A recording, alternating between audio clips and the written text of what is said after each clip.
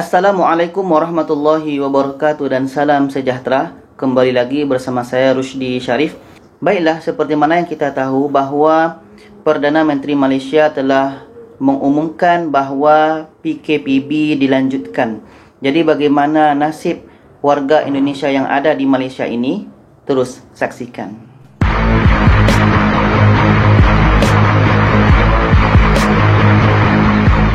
Jadi teman-teman semua, dari siang tadi semenjak pukul 2 tadi, semua yang ada di Malaysia ni hampir terfokus dengan perutusan sidang khas Perdana Menteri ya.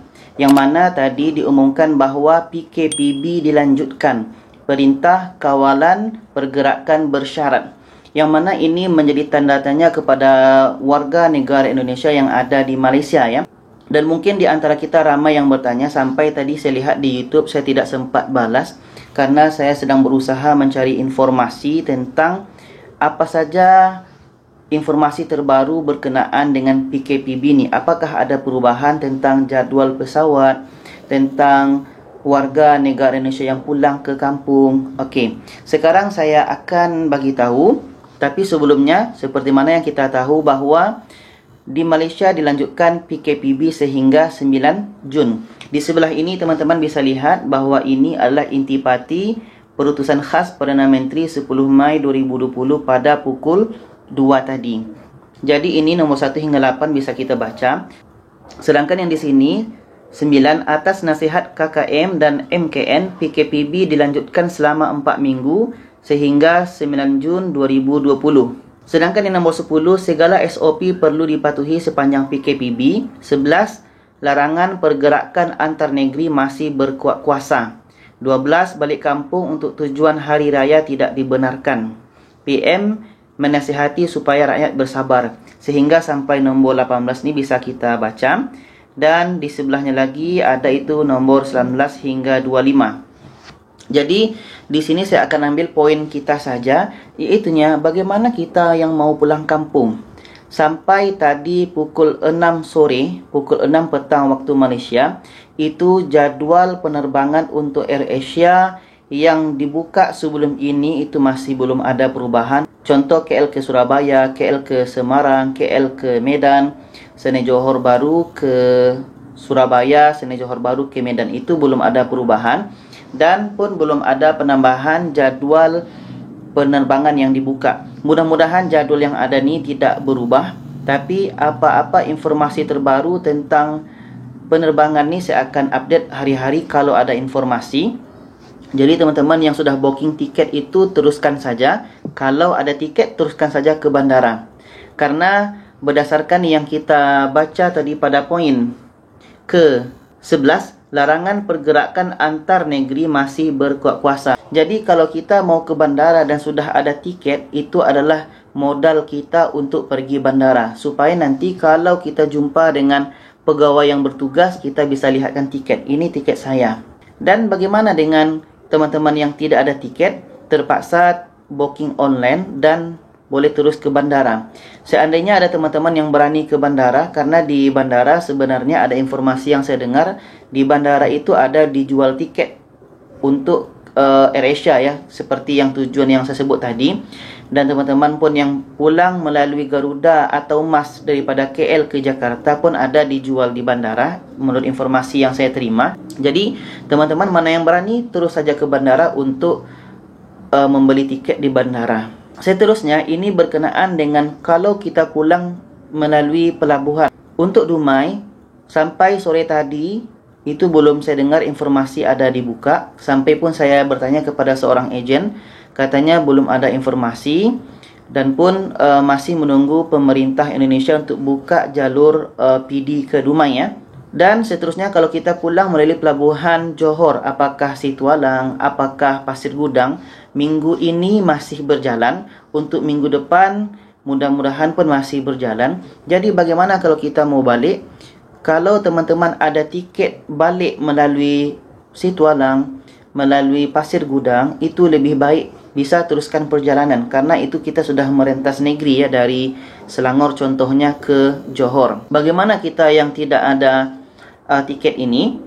Seperti yang pernah saya bahas pada video-video sebelumnya, Waktu itu saya pernah call immigration yang diangkat oleh seorang puan perwakilan dari Majlis Keselamatan Negara yang mengatakan waktu itu kalau kita ingin melakukan perjalanan contoh ke Johor mesti ada tiket balik. Karena nanti kalau berjumpa dengan petugas itu nanti kita akan disuruh balik atau macam mana. Jadi kita juga yang susah. Jadi sebaiknya kalau teman-teman ada tiket boleh terus ke Pasir Gudang atau Situalang. Bagaimana dengan kita yang tak ada tiket? Kalau teman-teman berani, teruskan saja. Mudah-mudahan tidak ketemu dengan petugas. Dan di sini, ini kan yang boleh pulang bagi visa. Seperti yang pernah saya sebut pada video sebelumnya, tentang kenyataan media ini pernah saya bahas sebelumnya bahawa yang boleh pulang ni pas lawatan sosial atau visa yang habis masa sejak 1 Januari tahun 2020. Jadi teman-teman yang visa mati, visa sosial, visa pelancong mati, itu boleh balik. Sedangkan di paragraf kedua disebutkan bagi yang pulang bagi visa sosial ini, mereka tidak akan dikenakan tindakan penguatkuasaan dan tidak disenerai hitam, tidak di blacklist ya. Dan pada perenggan ketiga atau paragraf ketiga disebutkan warga asing pemegang pas lawatan kerja sementara PLKS yang tamat tempoh tidak boleh menggunakan kemudahan ini. Jadi contoh nanti apakah visa ikut suami, visa ikut isteri atau mungkin permit kerja tu nanti boleh diuruskan di immigration buat temu janji. Ada teman-teman kita ni yang bagi tahu sangat susah untuk membuat temu janji untuk masuk online itu. Itu mungkin lebih kepada sistem ya, atau mungkin sedang banyak orang untuk masuk ke link tersebut. Karena semakin ramai orang yang menggunakan link, mungkin dia akan semakin melambatkan proses untuk kita masuk. Jadi teman-teman yang berusaha untuk membuat temu janji dengan immigration, bersabar dan mudah-mudahan bisa masuk. Ada juga teman-teman kita ni yang sudah bisa masuk, katanya memang nunggu lama. Akhirnya pada satu kesempatan dia bisa masuk. Yang di sini ada surat edaran dari Kedutaan Republik Indonesia Kuala Lumpur. Di sini disebutkan bahawa pembukaan layanan KBRI Kuala Lumpur secara terbatas. Yang pertama, layanan keimigrasian hanya untuk paspor melalui pengambilan nomor antrian secara online. Jadi apapun yang berkaitan dengan paspor, paspor mati, paspor hilang, teman-teman bisa masuk ke antrian secara online dulu. Itu linknya seperti yang tertera. Jadi kalau teman-teman datang secara langsung atau walk-in, maksudnya terus datang ke kedutaan, itu tidak akan dilayan. Termasuklah itu SPLP. Okay? Yang kedua, layanan kekonsuleran, visa diplomatik, visa dinas, legalisasi, surat keterangan menikah, surat bukti pencatatan kelahiran, surat pindah barang dan lain-lain, hanya melalui appointment atau pengaturan waktu melalui email. Okay. Khusus untuk permohonan surat kematian tetap akan dilayani seperti biasa. Jadi yang berkaitan nombor 2 ini, teman-teman yang berkaitan dengan ini, itu hanya melalui pengaturan waktu melalui email ya. Yang nombor 3, layanan lainnya seperti layanan ketenaga kerjaan, kecuali perpanjangan kontrak kerja PMI, layanan loket kewarganegaraan RI, layanan loket pendidikan, layanan loket perhubungan ditiadakan sampai pemberitahuan lebih lanjut. Yang keempat, warga yang sudah terjadual datang ke KBRI, maksudnya bagi kita yang berhasil mendapatkan nomor antrian, agar mengenakan topi atau payung. Para petugas KBRI KL akan mengatur arus pergerakan warga di KBRI KL dengan mengacu protokol kesehatan PKPB. Para petugas akan mencek suhu tubuh warga, menerapkan penjarakan sosial, mewajibkan penggunaan masker dan agar warga menjaga kebersihan diri dan lingkungan. Jadi ini pesanan kepada teman-teman yang sudah berhasil mendapatkan nomor antrian ya.